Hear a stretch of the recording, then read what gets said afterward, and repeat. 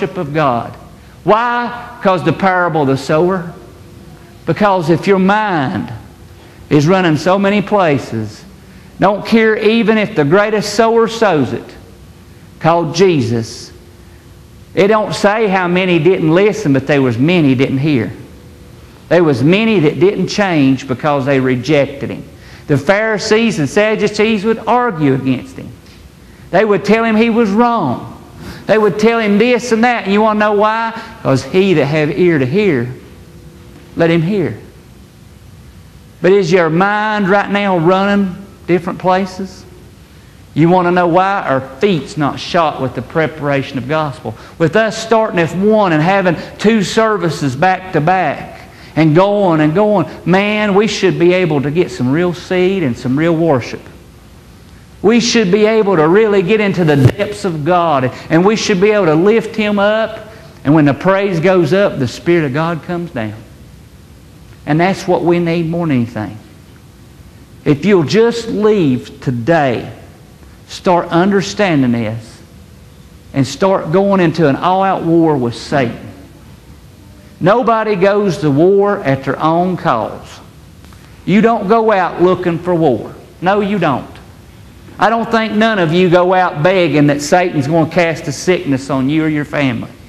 I don't think you go out begging for financial troubles. You go out begging to lose your job or etc. I don't think there's anybody here that's begging for these things. But are we fighting? Or are we just sitting and waiting on Him and just saying, well, I knowed it was going to come. I knowed it was going to happen.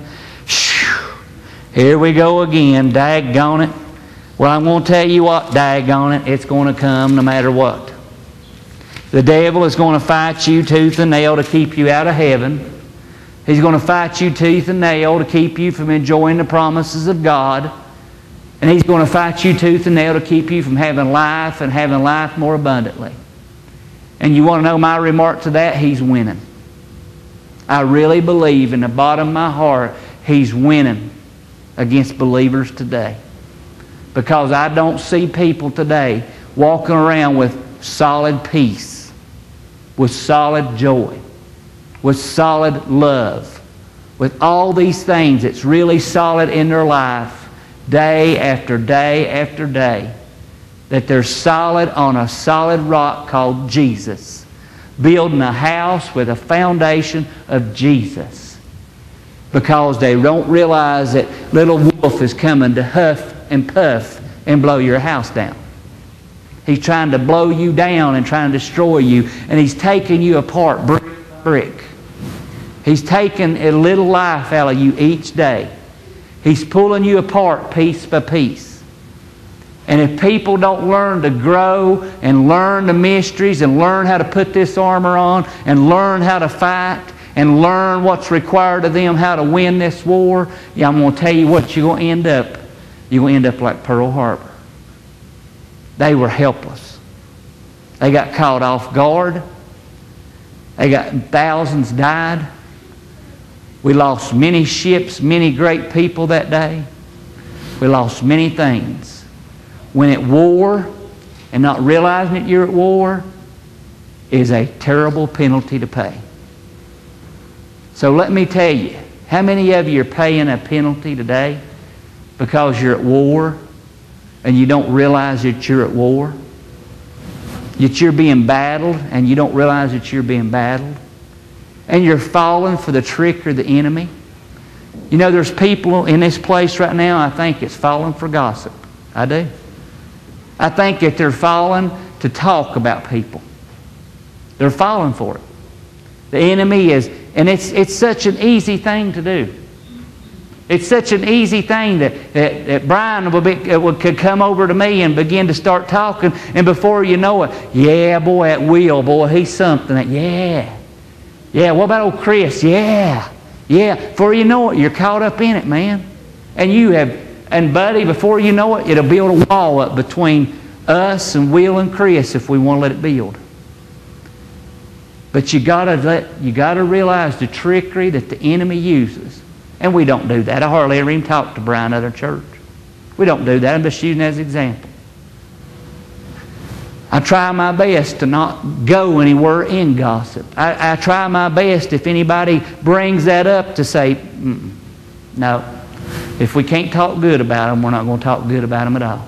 But as I said, you can do 10,000 good things for one family or one person. But you let one bad thing be said about you, whether it's true or not, and you are nothing but lower than an earthworm. You are dirt, whether it's true or not. And if you don't call that warfare, I don't know what else you can call it. And that's how the enemy uses warfare. It's spiritual. And he'll get people talking about you. I've got more people that's my enemy than I do my friend, if you want to know the truth. I do. Me and Lisa's got more enemies than I believe we got friends. I really do believe that. And you want to know why I believe? Because we preach the truth. We preach the truth. I have never had an intention to go out to destroy people since I've become saved. Now before, I was pretty mean. I can't say that. I can't say that. I was out for gain and money and everything I could get. But since I've been saved, I've tried to do everything I could do to help people. Me and Lisa alike. We got our problems. But boy, people will find our problems and they'll use them against us. I can go looking for your problems too and use them against you, but I don't. And mistakes that people's made, people's brought mistakes to me and we've talked about them, but I'm going to tell you what. As far as I know, I don't treat them any different than I do anybody else. You want to know why? Because I make them to. I realize I make them to. People will get mad because they don't call them over them being sick or whatever.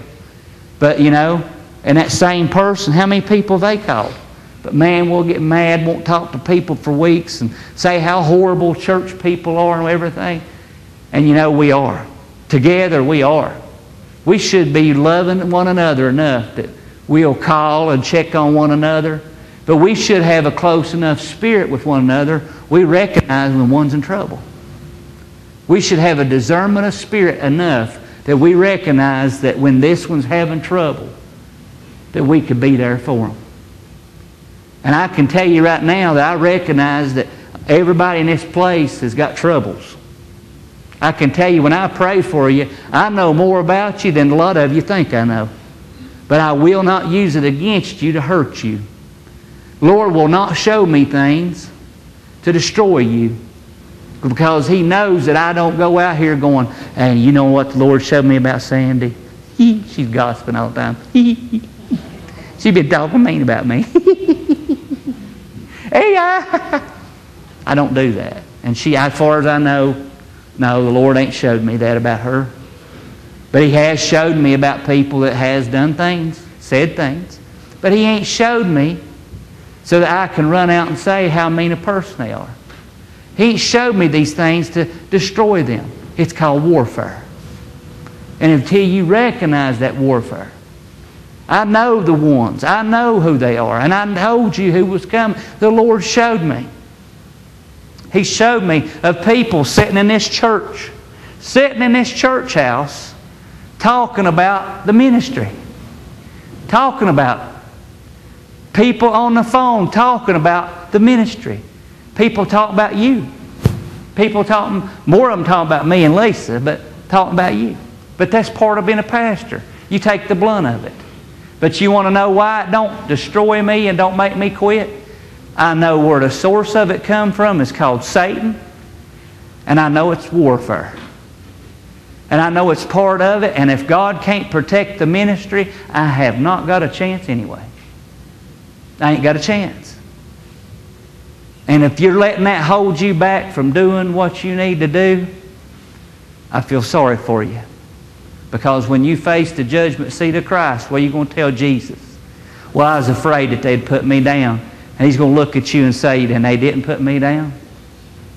They wouldn't mean to me that they nailed me to the cross? That they spit on me? They put a thorn, platted a crown of thorns and drove it into my head? Have they done that to you? No. No, Lord, they ain't. They sure ain't. Yeah, the things. No, it don't make me excited that somebody goes out and 3 or 4 people that I know that in the church at night was talking bad about decisions I made. The Lord showed me exactly